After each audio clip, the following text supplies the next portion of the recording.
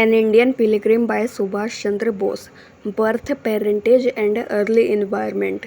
My father Janki Nath Bose had migrated to Odisha in the 80s of the last century and had settled down at Cuttack as a lawyer. There I was born on Saturday, the 23rd January 1897. My father was descended from the Boses of Mahinagar, while my mother Prabhavati belonged to the family of Dutts of Hatkola. I was sixth son and ninth child of my parents. In these days of rapid communication, a night's journey by train southwards along the eastern coast take one from Kolkata to Cuttack, and on the way there is neither adventure nor romance. But things were not quite the same 60 years ago. One had to go either by cart and encounter thieves and robbers on the road, or by the sea and brave the wrath of the winds and the waves, since it was safer to trust in God than in brother man. It was more common to travel by boat. Sea-going vessels would carry passengers up to Chandbali, where transshipment would take place, and from Chandbali to steamers would get to Cuttack through a number of rivers and canals. The description I used to hear from my mother since childhood of the rolling and pitching and the accompanying discomfort during the voyage would leave no desire in me to undergo such an experience. At a time when the distances were long and journey by no means safe, my father must have had plenty of pluck to leave his village home and go far away in search of career. Fortune favors the brave even in civil life, and by the time I was born, my father has already made a position for himself and was almost at the top of his legal profession in his new domicile.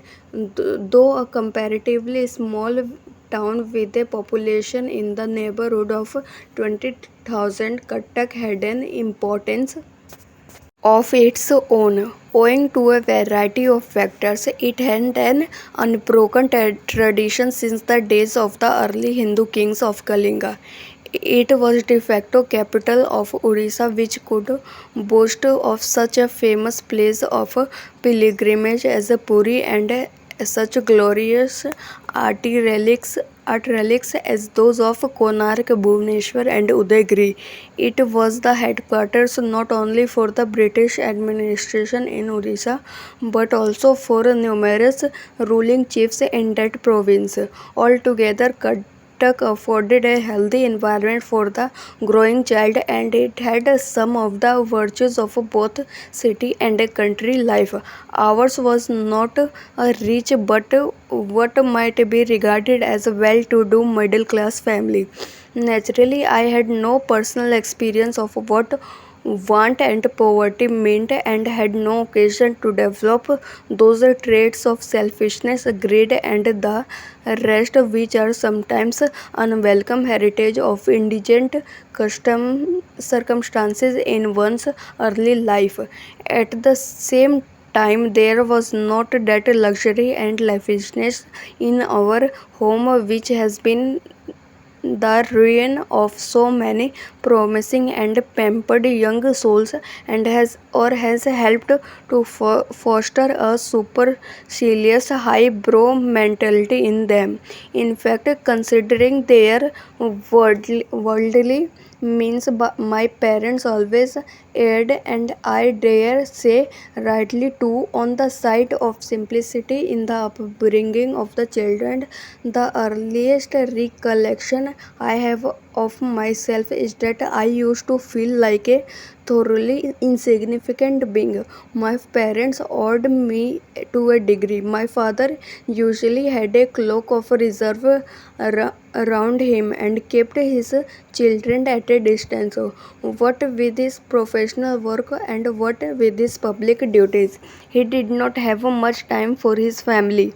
The time he could spare was naturally divided among his numerous sons and daughters. The youngest child did, of course, come in for an extra dose of funding, but an addition to the family would soon rob its title to special favor, and for grown ups, it was difficult to discern whom father loved more. So it strictly impartial he appeared to be, whatever his inner feelings might have been. And my mother, though she was more human and it was not impossible at times to detect her bias, she was also held in the awe by most of her children. No doubt she ruled the roost, and where family affairs were concerned, hers was the usually last word. She had a strong will, and when one added to the keen sense of reality and sound common sense, it is easy to understand how she could dominate the domestic scene. In spite of all the respect I cherished for my parents since my early years, I did yearn for a more intimate contact with them and could not help envying those children who were lucky to be on friendly terms with their parents. This desire presumably arose out of sensitivity and emotional temperament, but to be overawed by my parents was not the only tragedy. The presence of so many elder brothers and sisters seemed to relegate me into utter insignificance.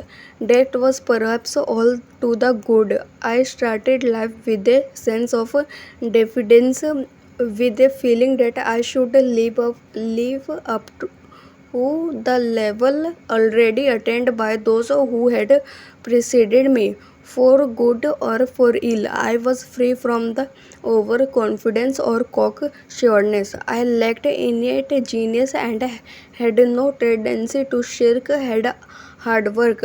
I had, I believe, a subconscious feeling that for mediocre men, industry and good behavior are the sole passports to success. To be a member of a large family is in many ways a drawback.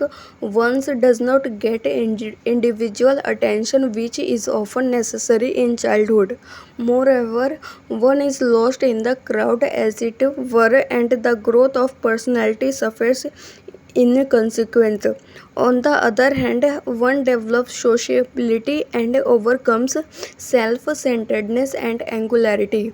From infancy, I was accustomed to living not merely in the midst of a large number of brothers and sisters, but also with uncles and cousins.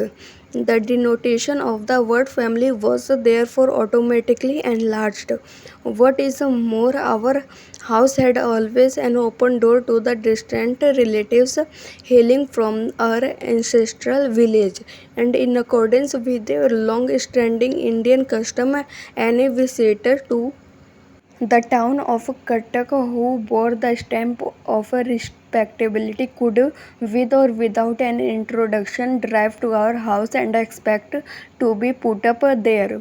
Where the hotel system is not much in vogue and decent hotels are lacking, society has somehow to provide a social need. The largeness of our household was due to not merely to the size of the family, but to the number of dependents and servants as well, and to the representatives of the animal world: cows, horses, goats, sheep, deer, peacock, birds, mongoose, etc.